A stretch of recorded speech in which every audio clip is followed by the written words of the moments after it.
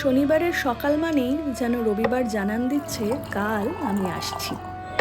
কাল রবিবার এটা ভাবলেই মনটা আনন্দে ভরে যায়, কিন্তু রবিবার এলে নিমেষের মধ্যে কিভাবে যে রবিবারটা চলে যায় সেটা বোঝাই যায় না।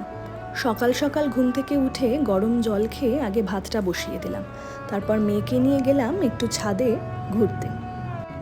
ছাদ থেকে নেমে ওই যে চাল ধোয়া জলটা ছিল ওটা গাছে দিয়ে দিলাম।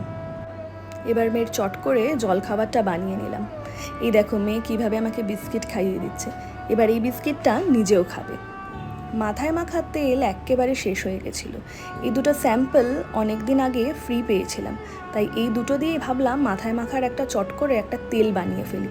সেরকমই তেলটা বানিয়েও ফেললাম কারি পাতা আর কালো জিরে দিয়ে। এটাকে ভালো করে ছেঁকে স্টোর করে রাখলাম একটা কাঁচের জারে।